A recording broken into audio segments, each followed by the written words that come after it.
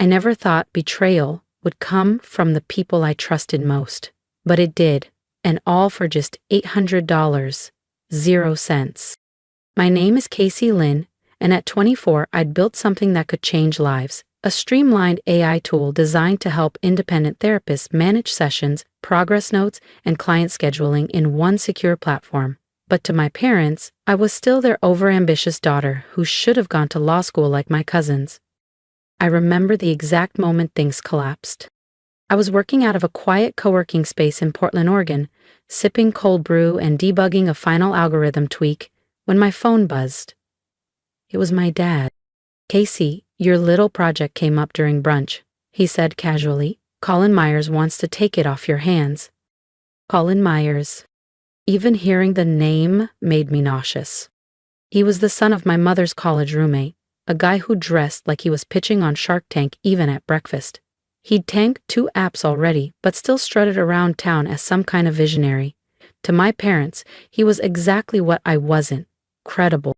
He had investors, a Columbia MBA, and apparently a better grasp of business than me.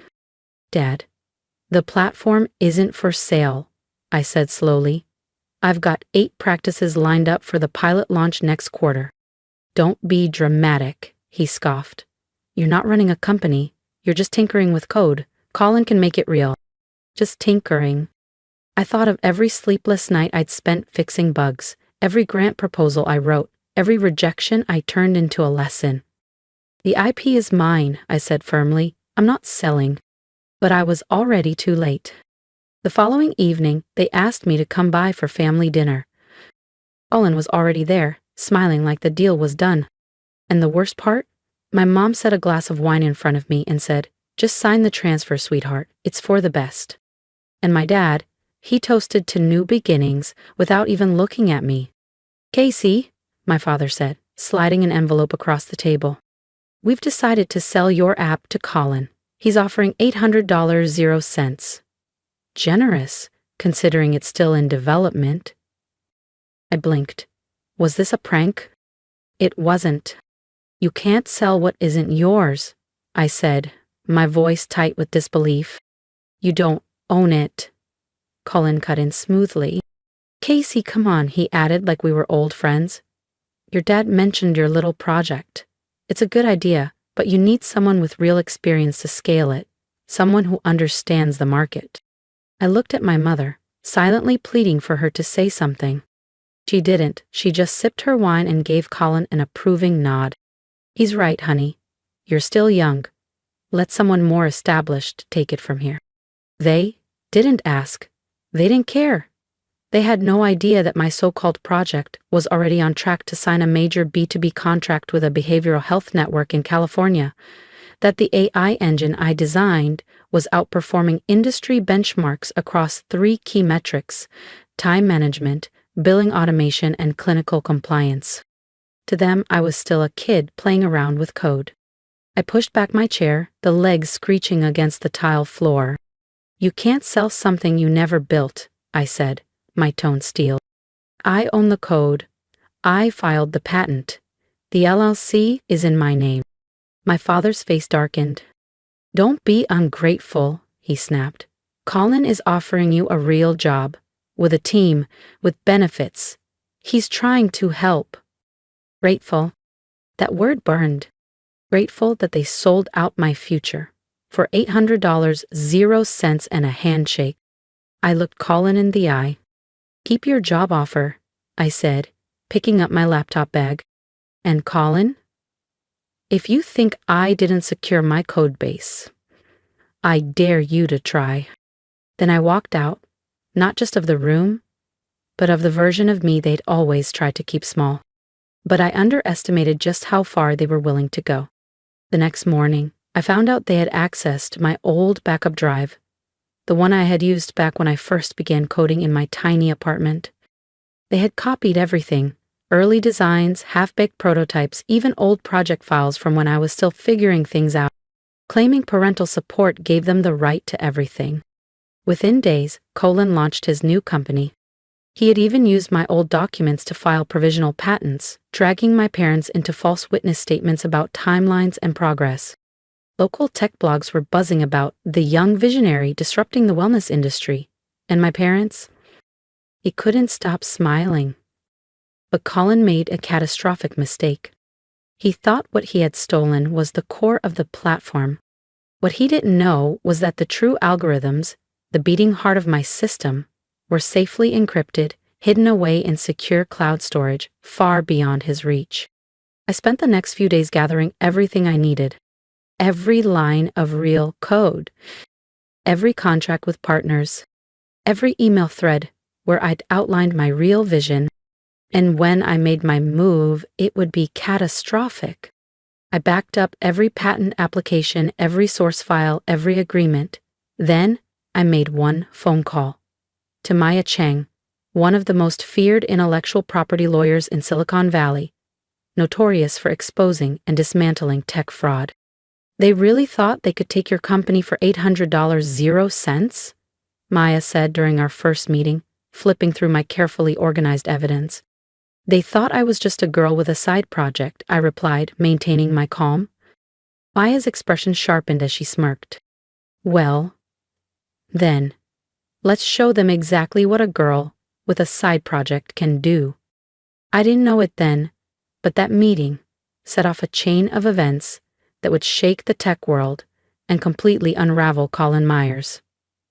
Because true innovation doesn't come from copying code you don't even understand. It comes from knowing every line, every sequence, every heartbeat of your own creation. And I knew mine better than anyone. The next phase started with a text from an old college friend, Lena, who now worked in IT at Cascade Valley Health, one of the clinics lined up for my software pilot. Casey, you need to see this. Myers Tech just crashed hard during their demo. I grinned. I already knew what had happened. You see, I built a failsafe into the system. A deep layer authentication protocol that only activated during full-scale, real-time deployment. During demos or test environments, everything ran smoothly. But without my direct developer key, the moment the platform went live, it was designed to collapse. 2 weeks after Colin's stunt, he held a grand unveiling at Cascade Valley. The media showed up, angel investors packed the back row. My parents were there, front and center, practically glowing with pride. And I was there too, tucked into a back seat, wearing oversized glasses and a sleek black blazer, just watching. Colin strutted onto the stage like he'd written every line of code himself. Today, he boomed, Myers Tech redefines digital health. Then it started. First, it was a flicker. Then screens flashed red. Small glitches turned into full-scale failures. Error, primary authentication key missing. Developer ID required. See Lin. Colin froze. He fumbled with the keyboard, tried restarting, tried overriding the failsafe. Nothing worked. Each command triggered more damage. Unauthorized access detected. Contact Casey Lin for credential verification. The auditorium fell silent. Investors leaned in, whispering. The clinic staff exchanged looks. My parents turned pale. And Colin?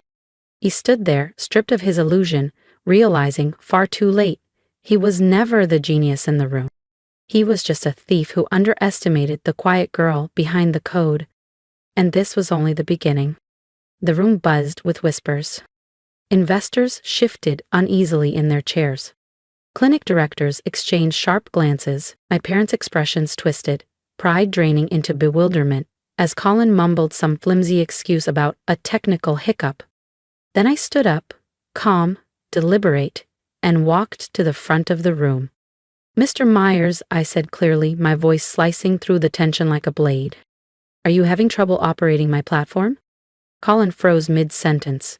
His smugness collapsed into panic as I slowly removed my glasses. Maybe I can help, I continued, unbothered. After all, I built every single function of that system myself. Casey?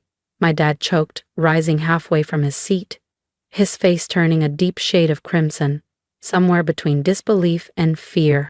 I didn't even look at him. Instead, I calmly pulled my laptop from my tote, walked to the projector, and plugged in. In under a minute, the crashing screens vanished, replaced by the fully operational interface I'd spent the last 3 years refining. The audience watched in stunned silence as I moved through the live demo. Real-time analytics, therapist load balancing, appointment projections. Modules Colin didn't even know existed. This, I said coolly to the room, is the real Cascade Logic system. The one Mr. Myers attempted to pass off as his own for $800, 0 cents. Gasps rippled across the rows. I wasn't done. I projected key evidence on the large display, time-stamped design files, signed contracts, registered source code entries, undeniable proof of authorship. And finally, I said, clicking open one last file, here's a cease and desist notice, followed by a federal lawsuit for IP theft. Colin lurched forward, face blotched with rage. She's making this up. Her parents gave me the rights. That's when Maya Chang, my attorney, stood from the front row, calm and devastating. She raised a folder. Your Honor, investors, press, I have signed statements confirming otherwise, including evidence of unauthorized system access and forgery. And just like that, the room belonged to me. Actually, they didn't, Maya said coolly, her tone sharp as a blade. Mrs. Lin's patents and copyrights were filed and approved well before your little scheme. She crossed her arms, expression unflinching. Would you care to explain how you acquired proprietary data belonging solely to Casey Lin? The room erupted into chaos. Investors bolted for the exits, phones glued to their ears as they canceled funding agreements in real time. Clinic directors huddled together, whispering urgently about liability and legal exposure. Journalists surged forward, snapping photos and hurling questions at Colin, who stood frozen in place, pale, trembling, completely unraveling. My mother rushed toward me, grabbing my arm tightly. Casey, how could you humiliate us like this? Colin was trying to help you. I gently pulled away. No, Mom. He was trying to steal from me. And you let him? Because you never once believed I was enough. My father fumbled for words. We just want to protect you. I met his eyes, steady. Protect me from what? From building something without you?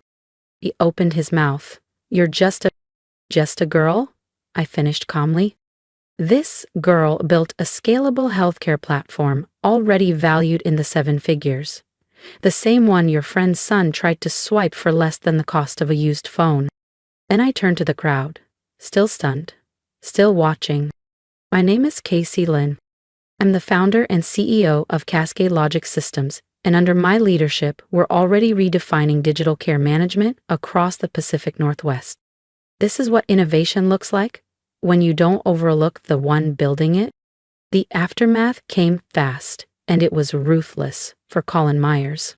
His investors vanished overnight. His credibility in Portland's startup scene disintegrated. And with Maya leading the charge on an airtight IP theft case, he wasn't just disgraced, he was legally cornered. And me? I finally walked out of that room not as someone's daughter, but as the woman they never saw coming. As for my parents, they tried to revise the narrative. Suddenly, they were the ones who'd always been looking out for me. But the truth couldn't be undone. How could I ever trust the people who sold off my vision for less than a month's rent? 6 months later, I stood on a very different stage, this time as the keynote speaker at Cascade Logic's funding announcement. We had just closed a $50 million 0 cents Series A round. Our pilot results had exceeded even my boldest projections. A 48% reduction in patient intake delays, a 41% improvement in clinic resource utilization, and predictive accuracy for care demands that bordered on flawless. The auditorium exploded in applause. As I spoke, I spotted them, my parents, seated near the back row. Their expressions were a swirl of regret, pride, and something unspoken. They had started messaging me again, saying how proud they were, how they always believed I'd do something special. But their pride wasn't rooted in love. It was anchored to success. Success I had built not because of them, but in spite of them. After the event, they approached slower, smaller somehow. Casey, sweetheart, my mother said softly, eyes glossy with tears. We're sorry. We didn't mean. I raised my hand gently. I know you're sorry, I said. But being sorry because I proved you wrong isn't the same as believing in me before I did. My father stepped in, voice cracking. Can't we just move past this? We're family. I looked at them for a long moment. Family supports. Family doesn't sell your life's work to a stranger, I said quietly. You picked Colin because you couldn't imagine your own daughter being enough. I reached into my pocket and handed them each a sleek card. Not a business card, not exactly. Just 3 words printed cleanly across the front. Guest pass, back row. Then I walked away. If you want to meet with me, I said, pausing just long enough, you can schedule through my office, like any other business contact. As I turned and walked away, I heard my mother begin to cry softly behind me. A small part of me hesitated, wanted to look back, to extend grace, to pretend like everything could be mended. But I didn't, because I knew better. Sometimes success isn't about proving others wrong. It's about proving to yourself that you were right to believe, even when no one else did. Today, Cascade Logic Systems is transforming digital healthcare infrastructure across the country and quietly expanding into international partnerships. And Colin Myers? He's blacklisted across every major venture network on the West Coast. His name? Now a whispered warning. And that $800 0 cents check they once used to try and buy my entire company? I had it framed. It hangs directly behind my desk at Cascade Logic HQ. A reminder, not of spite, but of truth. Your worth is never defined by someone else's price tag. It's defined by what you know you can create and defend, even when the world tells you to sit down and stay small. There will always be people who underestimate you. People who mock your ambition, question your skills, or try to claim credit for your vision. But if you protect what's yours, fiercely, relentlessly, then success won't just be sweet. It will be unshakable. So the next time someone tells you you're just a girl or just anything at all, remember this. The people who dismiss you are not your metric. Only you decide your value. As for my parents, they still send the occasional message. Talk of forgiveness, rebuilding, family dinners. Maybe one day we'll reconnect. But if we do, it won't be on the terms they once tried to force on me. It'll be on mine. Always mine. It'll be on my terms, not as the underestimated daughter they once dismissed, but as the woman who proved them all wrong. Because I'm not just a girl behind a keyboard anymore.